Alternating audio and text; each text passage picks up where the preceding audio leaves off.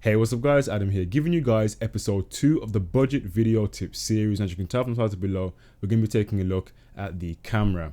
Now, of course, the camera is always an interesting story because I know a lot of people, when they tend to see a lot of higher end YouTubers especially, tend to see the gear that they've already got, tend to look at their camera and realize, oh god, I really want to go ahead and get the Canon 5D Mark III, or I really want to go ahead and get the Nikon D60. Not always the case, and you don't have to go ahead and push for all that money just to go ahead and buy that camera. You can get great video quality from a lot of lower end cameras, and I'm going to go ahead and tell you the best tips from that respect. So let's go ahead and start to take a look at what camera options we have available.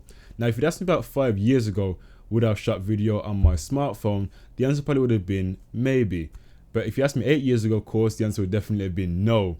But now we're in 2016, a lot of smartphones are starting to come out with really good cameras. I mean, Samsung and Apple, especially with their lineup, tend to offer a lot of really good cameras on their phones. Especially from Apple, they've always had a good reputation for having a really good camera on their phone, and the reason for that is because the sensor in the phones now, as opposed to how they were before, the sensor in a lot of smartphones tend to be a lot larger, and they're producing a lot better image and video quality. So if you have a smartphone, a lot of people are spending 300, 400, 500 pounds on a smartphone. If you have a smartphone, go ahead and try and use the camera and see what it's like.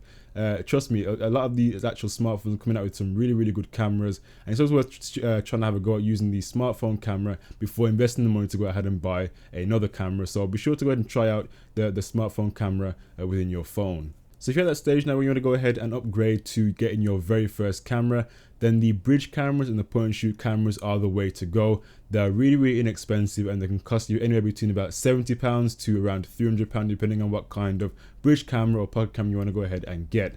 Now, the Nikon Coolpix and the Canon PowerShot are two of the options that I would personally recommend if you want to go ahead and get your very first camera. Of course, Nikon, Canon being very high up in the camera market, very good reputation. And if you want to go ahead and move on to the Sony line, Sony has always been renowned for using some of the best glass available and using some of the greatest sensors available. So if you want to go ahead and get a bridging camera from Sony, I would recommend Sony to take a look at as well, because those two manufacturers are the top manufacturers when it comes to creating cameras and creating sensors within the camera.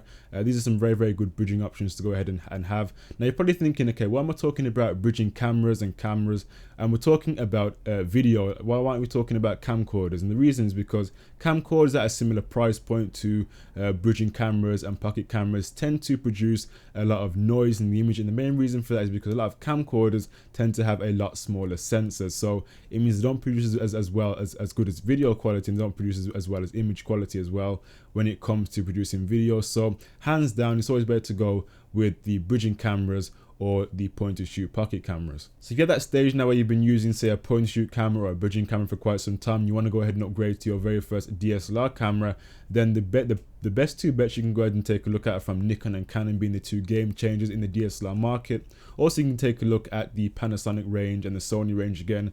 But when it comes to DSLR cameras, the two top best selling companies tend to be Nikon and Canon. Now, if you want to take a look at the Nikon side, there's the Nikon D3100 camera. It's actually the camera I'm using right now to shoot this video on. It's a very good beginner's camera. It allows you to get used to using all of the aperture priority, the manual modes, being able to adjust all of your, of course, you can change all your lenses. You can go ahead and change most of the features in the camera to adjust it for whatever video situation you're going to be shooting in.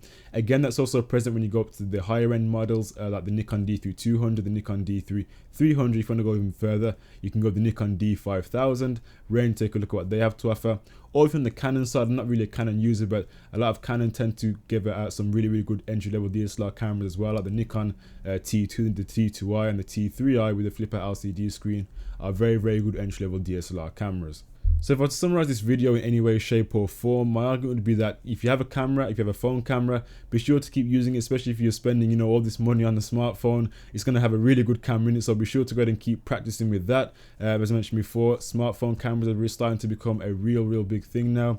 If you're going to be upgrading to your very first camera, again, start to make sure you go ahead and start practicing some of the features in that camera, like some of the manual modes, and really try and take control over the camera. If you still want to upgrade from there with your very first DSLR camera, that's going to give you all of the features that you're going to have of manual camera shooting, for example. You're going to be able to change all your lenses, and there's just some of these stepping stones to try and take when looking at your camera gear when it comes to shooting video. So fun fact, actually, the very first camera, or it was a camcorder actually, that I was actually starting to shoot YouTube videos on was from Hitachi. It was a full 1080p HD camera, and I actually used that for around about a year, and it was actually a really good camera. I learned quite a bit on that before I went ahead and upgraded to a DSLR camera. So as you can see, you don't really have to make the race to go and upgrade everything really quickly. If you start to just, you know, work with what you have, try and make the best of what you have, you'll produce great quality videos.